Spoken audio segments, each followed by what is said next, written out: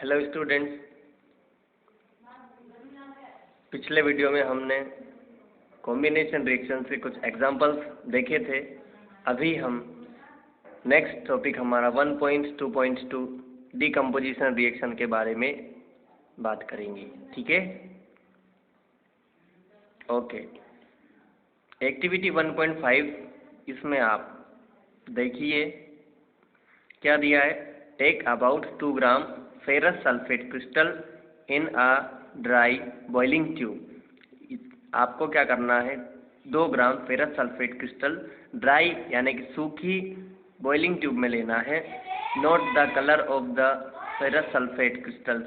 आपको क्या करना है, उसी फेरस सल्फेट का जो कलर है उसको अपनी नोटबुक में नोट कर लेना है कि उसका भी कलर कैसा है।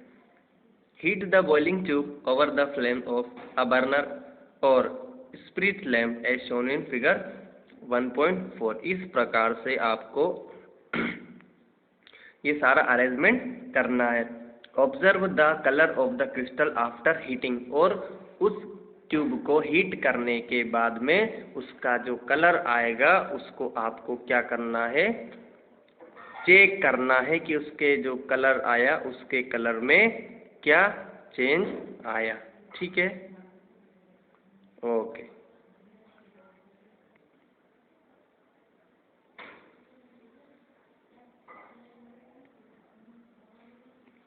आगे देखते हैं। Have you noticed that the green colour of the ferrous sulphate crystals has change.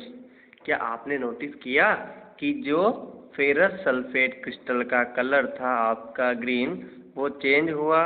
You can also smell the characteristic order of burning sulphur. और जब आपका फेरस सल्फेट को हम हीट करते हैं तो क्या होता है, उस टाइम पर जो बर्निंग प्रोसेस होती है उसमें हमें कैरेक्टरिस्टिक ऑर्डर की स्मेल आती है। आप रिएक्शन देख सकते हैं। फेरस सल्फेट को जब हमने हीट किया तो वह फेरिक ऑक्साइड और SO2 यानी कि सल्फर डाइऑक्साइड और SO3 यानी कि सल्फर ट्राइऑक्साइड में टूट गया, उसका डीकम्पोजिशन हो गया, उसका ब्रेकडाउन हो गया। तो इस हिसाब से डीकम्पोजिशन रिएक्शन आपकी क्या हुई, ऐसी रिएक्शन जिसमें एक सिंगल प्रोडक्ट टूटता है, सिंगल प्रोडक्ट का डीकम्पोजिशन होता है 2 या 2 से अधिक रिएक्टेंट्स में, 2 या 2 से अधिक प्रोडक्ट में। आप देखेंगे in this reaction you can observe that a single reactant breaks down to give simpler products। इस रिएक्शन में आपने क्या देखा, इस पूरी रिएक्शन में आपने क्या देखा कि एक पूरा सिंगल रिएक्टेंट था, वो ब्रेक डाउन हुआ और उसने बहुत सारे छोटे छोटे प्रोडक्ट दिए। This is a decomposition reaction. बिल्कुल आपको क्लियर ये लिखा हुआ है, this is a decomposition reaction. Exam में बिल्कुल इसी तरीके से आपसे पूछा जाता है, बिल्कुल आपसे इसी तरीके से एग्जाम में पूछा जाता है। फेरस सल्फेट क्रिस्टल्स FeSO4.7H2O, इसका फॉर्मूला होता है loss water when heated and the colour of the crystal change. Crystal का ग्रीन कलर से जो कलर चेंज होता है वह क्यों होता है, क्योंकि उसमें से जो वाटर रहता है वो लॉस हो जाता है। It then decomposes to ferric oxide, sulphur dioxide and sulphur trioxide. Ferric oxide is solid while SO2 and SO3 are gases. आपका सल्फर जो डाइऑक्साइड रहेगा और ट्राइऑक्साइड रहेगा, दोनों गैस फॉर्म में हमें प्राप्त होगा, और जो फेरिक ऑक्साइड है वह हमें सॉलिड स्टेट में ही प्राप्त होगा। Decomposition of calcium carbonate to calcium oxide and carbon dioxide on heating is an important decomposition reaction used in various industries.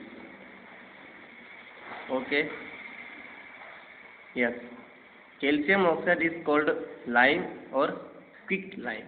It has many uses. One is in the manufacture of cement, यानी कि जो आप calcium oxide होता है उससे अपन cement बनाने में भी यूज करते हैं। When a decomposition reaction is carried out by heating.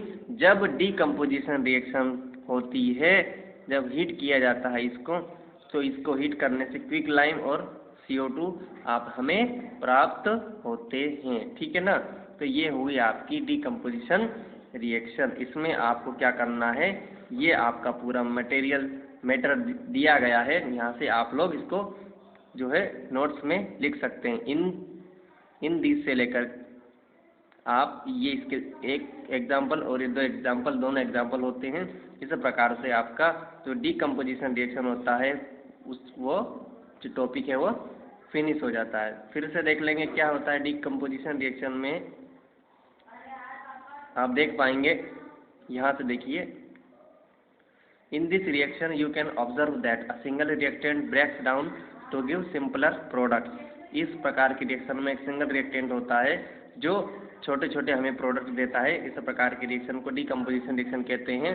उसके बाद में ये एक एग्जाम्पल और ये आपका जो है दूसरा एग्जाम्पल आ जाता है। इस प्रकार से आपका डीकम्पोजिशन जो रिएक्शन है वो पूरा फिनिश हो जाता है।